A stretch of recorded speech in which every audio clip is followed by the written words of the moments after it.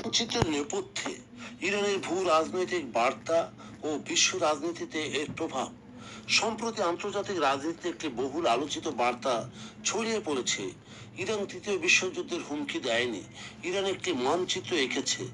বাহ্যিকভাবে এটি কেবল একটি ভৌগোলিক রেখা বা রেখা অঙ্কন মনে হলেও মধ্যপ্রাচ্যের বর্তমান সামরিক ও সামাজিক বাস্তবতায় এটি মূলত একটি গভীর কৌশলগত মনস্তাত্ত্বিক যুদ্ধ। কিন্তু প্রশ্ন থেকেই যায়, এই মানচিত্র অঙ্কন কি কেবলই আত্মরক্ষার এক মনস্তাত্ত্বিক প্রতিরোধ, নাকি ছদ্মবেশে এক বিশ্বব্যাপী সংঘাতের ইঙ্গিত? ইরানের পক্ষ থেকে মানচিত্র প্রদর্শনের এই কৌশলটি আন্তর্জাতিক বিশ্লেষকদের মতে অত্যন্ত চতুর এবং ঠান্ডা মাথায় কূটনৈতিক চাল।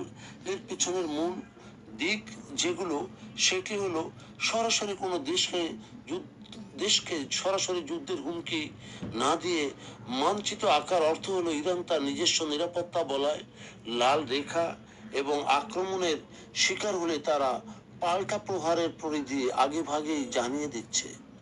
মানচিত্রের মাধ্যমে মধ্যপ্রাচ্যে ছড়িয়ে থাকা মার্কিন সামরিক ঘাঁটি, কৌশলগত তেল রুট যেমন হরমুজ প্রণালী এবং আঞ্চলিক পরাশক্তিগুলোর সংবেদনশীল কেন্দ্রগুলোকে চিহ্নিত করা হয়েছে।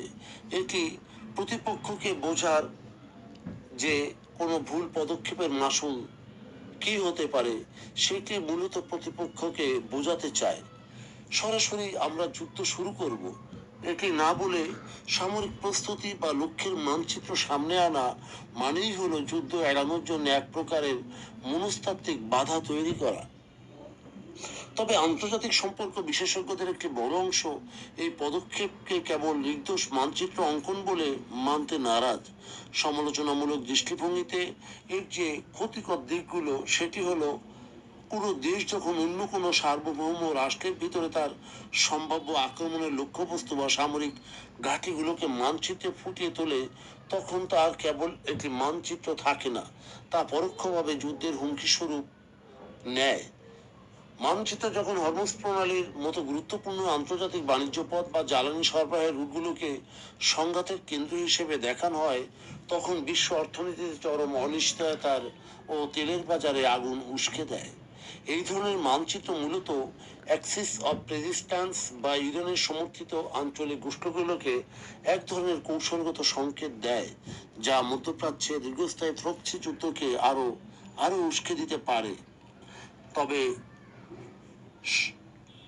ইরানের এই মানচিত্র আকার ঘটনাটি নিছক কোনো ভৌগোলিক মোড়া ছিল না বা নয়, এটি মার্কিন যুক্তরাষ্ট্র ও তার মিত্রদের উদ্দেশ্যে পাঠানো এক শক্তিশালী বার্তা।